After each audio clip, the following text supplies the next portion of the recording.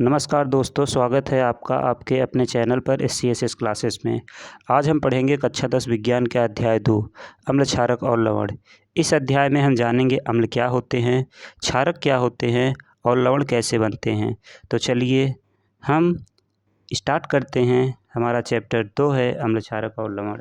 और चैनल को आप लाइक और सब्सक्राइब ज़रूर कर लीजिए ताकि इस चैनल पर जितने भी वीडियो डाले जाएँ उन सभी के नोटिफिकेशंस आप तक पहुंचते रहें और आप जो है अपने एग्ज़ाम्स की तैयारी अच्छे से कर सकें।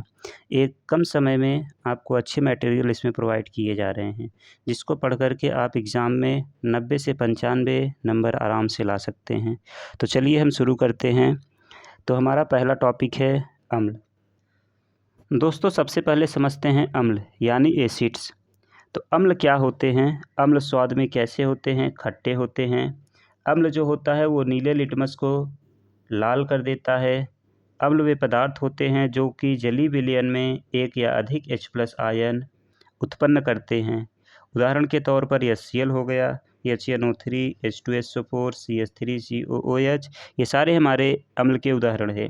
जैसे जब हम ये देखिए हमारा HCl क्या है? अम्ल है। इसको हम जलीय विलयन में मिला रहे हैं। मिलाने के बाद ये हमारा H+ आयन दे रहा है, तो मतलब कि ये हमारा क्या हो जाएगा? अम्ल हो जाएगा। आइए हम अगले टॉपिक पे चलते हैं, जो हमारा है कुछ प्राकृतिक पदार्थों में पाए जाने वाले अम्ल। प्राकृतिक पदार्थों में उपस्थित अम्ल कौन कौन से हैं? नींबू और संतरे में हमारा क्या पाया जाएगा? साइट्रिक अम्ल। सिरका में हमारा क्या पाया जाएगा? एसिटिक अम्ल। टमाटर में हमारा क्या पाया जाएगा? ऑक्सैलिक अम्ल। और दही में हमारा लैक्टिक अम्ल पाया जाता है। यहाँ पर कुछ और हम देखेंगे। यहाँ पे सिरका में क्या सी अम्ल पाई जाती है? एसिटिक अम्ल। चींटी, मधुमक्खी और बिच्छू के डंक में फार्मिक अम्ल पाया जाता है। दूध में हमारा लैक्टिक अम्ल पाया जाता है। आंवला में हमारा और पपीता में एस्कॉर्बिक अम्ल पाया जाता है। अंगूर, इमली, अनानास में टार्टरिक अम्ल पाया जाता है। टमाटर और पालक में ऑक्सैलिक अम्ल पाया जाता है। सेब, नारियल, केला में मैलिक अम्ल। प्रोटीन में एमिनो अम्ल। वसा में स्टीयरिक अम्ल। चाय और कॉफ़ी में टैनिक अम्ल। कोल्ड ड्रिंक, सोडा वाटर में कार्बोनिक अम्ल। अमरूद में मौलिक और टार्टरिक और साइट्रिक अम्ल। ठीक है, तो आइए हम अगले टॉपिक पे चलते हैं। हमारा अगला टॉपिक है क्षार यानी कि बेस। तो बेस किसे कहते हैं या क्षार किसे कहते हैं? ये स्वाद में कैसे होते हैं? कड़वे होते हैं। ठीक है। क्षार जो होता है लाल लिटमस पत्र को कैसा कर देता है? नीला कर देता है। ठीक है। और क्षार वे पदार्थ होते हैं जो कि जलीय विलयन में कैसे देते हैं? OH- आयन उत्पन्न करते हैं। इसके कुछ उदाहरण हो गए, जैसे NaOH, KOH, CaOH2, MgOH2OH का वोल्टवाइज। जैसे जब हम बेस क्या होता है, जब ये हम किसी लिटमस पेपर को, लाल लिटमस पेपर को डालते हैं बेस क्षार में, तो ये क्या करेगा? उसका रंग कैसा हो जाएगा? नीला हो जाएगा। उस लाल लिटमस पेपर का रंग कैसा हो जाएगा? नीला हो जाएगा। इसे ही हम क्षार कहते हैं। ठीक है। अब क्षार स्वाद में कड़वे होते हैं, ये तो हम जान ही चुके हैं। हाँ, क्षार लाल लिटमस पत्र को नीला कर देता है और OH आयन उत्पन्न करते हैं। ये सारी चीज़ें हम पिछले वाले में जान चुके हैं। ठीक है। अब देखिए पेट की अम्लता दूर करने में कौन सा हमारा क्षार उत्पन्न होता है? कौन से क्षार मदद करते हैं? पेट में जो अम्लता हो जाती है जिसे हम बोलते हैं एसिडिटी, जिससे हमारे पेट में जलन होने लगती है, तो इसको हम कैसे दूर कर सकते हैं? MgOH2 की मदद से। MgOH2 की मदद से हम क्षार की अम्लता, पेट की अम्लता को दूर कर सकते हैं। और मिट्टी की अम्लीयता को दूर करने के लिए हम CaOH2 का यूज करते हैं। मिट्टी में अगर अम्लीयता हो जाएगी तो उसकी उपजाऊ कम हो जाएगी। ठीक है। तो उपज हमारा कम पैदावार होगा, इसलिए हम मिट्टी की अम्लीयता दूर करने के लिए CaOH का वोल्टॉइस का प्रयोग करते हैं। ठीक है। नेक्स्ट आइए हम चलते हैं, सूचक क्या होते हैं? ठीक है, जिसे कहते हैं इंडिकेटर। ऐसे पदार्थ जो विलयन में अम्ल एवं क्षार की उपस्थिति को रंग परिवर्तन द्वारा गंध परिवर्तन के द्वारा सूचित करते हैं, उसे सूचक कहते हैं। ठीक है। मतलब कि जिसके द्वारा हम अम्ल और क्षार की उपस्थिति के रंग को परिवर्तित करके यह जान पाते हैं कि कौन सा अम्ल है, कौन सा क्षार है, तो इसे ही हम इंडिकेटर कहते हैं। ठीक है। अब इंडिकेटर सूचक की मदद से ही हम पहचानते हैं कि कौन सा क्षार है हमारा, कौन सा अम्ल है। ठीक है। तो चलिए हम अब देखते हैं कैसे हम पहचानेंगे। सूचक जो होते हैं हमारे, सूचक के प्रकार कौन कौन से होते हैं, हम इसके बारे में अब देखेंगे। पहला हमारा होता है प्राकृतिक सूचक। जैसे वे सूचक जो प्राकृतिक स्रोतों से प्राप्त किए जाते हैं उन्हें प्राकृतिक सूचक कहते हैं। जैसे लिटमस हो गया, हल्दी हो गया, पत्ता गोभी हो गया, गंधक मेथा हो गया, जेरानियन हो गया, ये सब हमारे प्राकृतिक सूचक होते हैं। लिटमस विलयन बैगनी रंग का द्रव्यक होता है। ठीक है, लिटमस विलयन जो होता है वो बैगनी रंग का द्रवक होता है। अब ये लिटमस हमको प्राप्त कैसे होता है? शैवाल जो एक लाइकेन नामक होता है समूह के लिचेन पौधे से प्राप्त किया जाता है। ठीक है, तो लिटमस विलयन यही होता है। ठीक, जैसे प्राकृतिक इंडिकेटर में ये हमारे हो जाएंगे, ये देखिए हो गया, प्याज हो गया, ये सब हमारे प्राकृतिक इंडिकेटर होते हैं। ठीक है, प्राकृतिक सूचक जिसे बोलते हैं। नेक्स्ट हम चलते हैं, संश्लेषित सूचक। सूचक क्या कहलाते हैं? वे सूचक जो रासायनिक रूप से तैयार किए जाते हैं उन्हें संश्लेषित सूचक कहते हैं। ठीक है, उदाहरण के तौर पे मिथाइल ऑरेंज एवं फिनाप्थलीन होते हैं। ठीक, मिथाइल ऑरेंज ये देखिए, और फिनाप्थलीन, मिथाइल रेड इस कलर का होता है और फिनाप्थलीन जो होता है हमारा कलरलेस होता है, मतलब उसके कोई कलर नहीं होते हैं। ठीक है, अगला हम चलते हैं, गंधीय सूचक क्या होते हैं? गंधीय सूचक ऐसे पदार्थ जिनकी गंध अम्ल या क्षारीय साधारण में बदल जाती है। ठीक है, मतलब कि जिसके गंध जो होते हैं, महक जो होती है, वो अम्ल में अलग और क्षार में अलग मिलती है। ठीक है, उसे गंधीय सूचक कहते हैं। जैसे प्याज, वैनिला आदि ये सब हमारे गंधीय सूचक होते हैं। ठीक है, ये रहे प्याज। ठीक है, ये सब गंधीय सूचक के एग्जाम्पल हैं हमारे। नेक्स्ट आते हैं हम अगले टॉपिक पे, अम्लों के गुणधर्म। तो अम्लों के क्या क्या गुणधर्म होते हैं, कैसे हम पहचानेंगे कि अम्ल क्या होते हैं, अम्ल कैसे होते हैं? ठीक है, तो पहली बात ये कि अम्ल जो होते हैं वो स्वाद में खट्टे होते हैं। दूसरा, ये जल में जब हम उसको मिलाएंगे तो H+ आयन देते हैं। तीसरा, ये नीले लिटमस पत्र को लाल कर देते हैं। अभी हमने पिछले क्लास में बताया कि लिटमस कहाँ से प्राप्त होता है। ठीक है, इसका जलीय विलयन विद्युत का चालक होता है। ठीक है, नेक्स्ट आगे चलते हैं, क्षारों के गुणधर्म। अब क्षारों के क्या क्या गुणधर्म होते हैं, हम कैसे पहचानेंगे कि क्षार है या अम्ल है? तो क्षार जो होते हैं वो स्वाद में कड़वे होते हैं। ये जल में घुलकर OH- आयन देते हैं। ये लाट लिटमस पत्र को नीला कर देते हैं। ये छूने पर साबुन जैसे लगते हैं। जो हम इसको छुएंगे तो ये साबुन की तरह लगते हैं, तो इसे क्षार कहते हैं।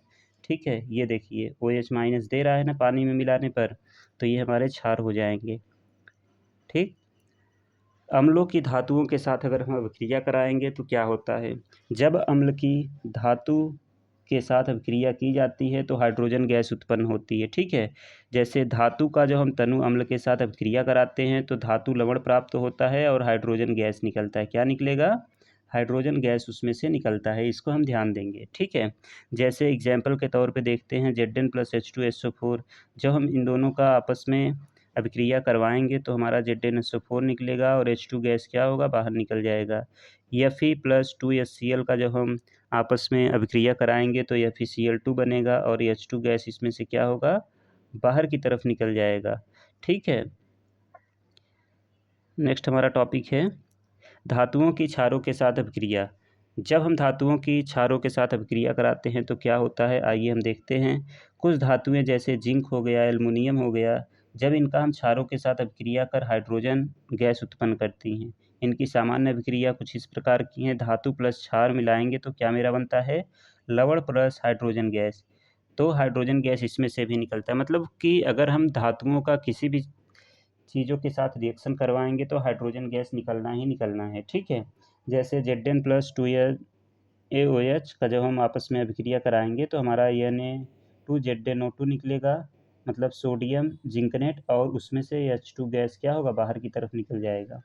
2Al+2Al+2NaOH का जो हम आपस में और 2H2O का जो हम आपस में अभिक्रिया कराएंगे तो हमारा क्या बन के निकलेगा? 2NaLO2 सोडियम एल्यूमिनेट और 3H2 हमारा गैस जो हाइड्रोजन गैस है वो बाहर की तरफ रिलीज होगा, निकल जाएगा। ठीक है, आगे आते हैं कार्बोनेट या बाइकार्बोनेट की अम्ल के साथ अभिक्रिया। ठीक है, जब किसी धातु का कार्बोनेट या बाइकार्बोनेट अम्ल के साथ अभिक्रिया कराता है तो कार्बन डाइऑक्साइड गैस बनती है। ठीक है, जैसे धातु का कार्बोनेट अम्ल के साथ जो हम अभिक्रिया कराएंगे तो हमारा क्या बन के निकलेगा, क्या बन के निकलेगा बताइए। धातु का कार्बोनेट अम्ल के साथ जब क्रिया कराएंगे तो लवण जल प्लस कार्बन डाइऑक्साइड गैस बाहर निकलती है। ठीक है, कौन सी गैस बाहर निकलेगी, कार्बन डाइऑक्साइड गैस। ठीक, एग्जाम्पल के तौर पे हम देख लेते हैं इसमें, जैसे CaCO3 प्लस 2HCl, तो इसमें हमारा क्या बन के निकलेगा, CaCl2 निकलेगा, CO2 गैस हमारा बाहर की तरफ निकल जाएगा और H2O निकलेगा, मतलब कि पानी। नेक्स्ट हमारा उदाहरण है NaSCO3 का, जो हम HCl के साथ अभिक्रिया कराएंगे तो हमारा क्या निकलेगा, NaCl प्लस CO2 गैस जो है बाहर की तरफ निकलेगी प्लस H2O, मतलब कि पानी निकल जाएगा। ठीक है, अगले पे हम आते हैं। हमारा अगला टॉपिक है उदासीनीकरण अभिक्रिया। तो उदासीनीकरण अभिक्रिया क्या कहलाती है, अम्ल एवं क्षारक परस्पर अभिक्रिया करके लवण तथा जल बनाते हैं। ठीक है, इस अभिक्रिया को उदासीनीकरण अभिक्रिया कहते हैं। जैसे हम देखते हैं, क्षारक प्लस अम्ल को जब हम एक साथ मिलाएंगे तो हमारा लवण और जल प्राप्त होता है। इसे ही हम उदासीनीकरण अभिक्रिया कहते हैं। इंग्लिश में इसको न्यूट्रलाइजेशन रिएक्शन भी कहते हैं। ठीक है, जैसे कि यहाँ पे देख लीजिए, एसिड और बेस को जब हम मिलाएंगे तो हमारा H plus OH minus plus salt निकलेगा। ठीक है, लवण प्लस जल निकले। एग्जाम्पल पे हम आते हैं, एग्जाम्पल देखते हैं। NaOH प्लस HCl का जब हम आपस में अभिक्रिया कराएंगे तो NaCl निकलेगा, मतलब कि लवण, प्लस जल निकलेगा H2O। ठीक है, 2NaOH का जो हम H2SO4 के साथ क्या कराते हैं, अभिक्रिया कराएंगे तो Na2SO4 निकलेगा प्लस 2H2O हमारा निकलेगा। Na2SO4 हमारा क्या है, लवण है, और H2O हमारा क्या है, जल है। ठीक है,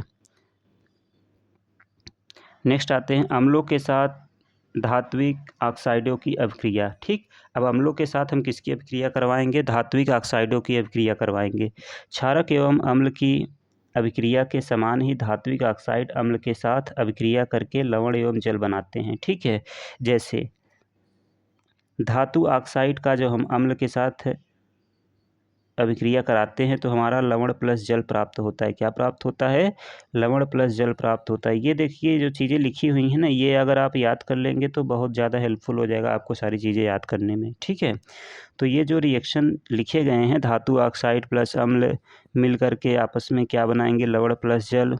तो ये जितने भी हमने रिएक्शन पढ़े हैं सब में ये हमने मेंशन किया है। तो ये इंपॉर्टेंट चीज़ें हैं, ये पेपर में आते हैं। ठीक है, अब इसके एग्जाम्पल भी पूछे जाते हैं पेपर में, तो इसके एग्जाम्पल क्या हो जाएंगे, Na2O प्लस 2HCl मिल करके क्या बनाएंगे, 2NaCl प्लस H2O। ठीक है, तो अम्लों के साथ जब धात्विक ऑक्साइडों की अभिक्रिया कराते हैं तो हमारा लवण और जल प्राप्त होता है। ठीक, नेक्स्ट आते हैं क्षारक के साथ धात्विक ऑक्साइड की अभिक्रिया। अब क्षारक के साथ धात्विक ऑक्साइड की अभिक्रिया कैसे कराएंगे, क्षारक अधात्विक ऑक्साइडों के साथ क्रिया करके लवण एवं जल का निर्माण करते हैं। जैसे इसका हम देखेंगे, क्षारक प्लस अधात्विक ऑक्साइड का जब एक साथ रिएक्शन कराएंगे तो हमारा क्या बनेगा, लवण और जल प्राप्त होगा। क्या प्राप्त होगा, लवण और जल। ठीक है, एग्जाम्पल के तौर पे देख लेते हैं। 2NaOH प्लस CO2 जब इन दोनों का अभिक्रिया कराएंगे तो हमारा क्या बनेगा, Na2CO3 जिसको लवण बोलते हैं, और H2O हमारा जल। नेक्स्ट 2KOH का जब हम SO3 के साथ अभिक्रिया कराते हैं तो K2SO4 बनेगा प्लस H2O बनेगा। ठीक है,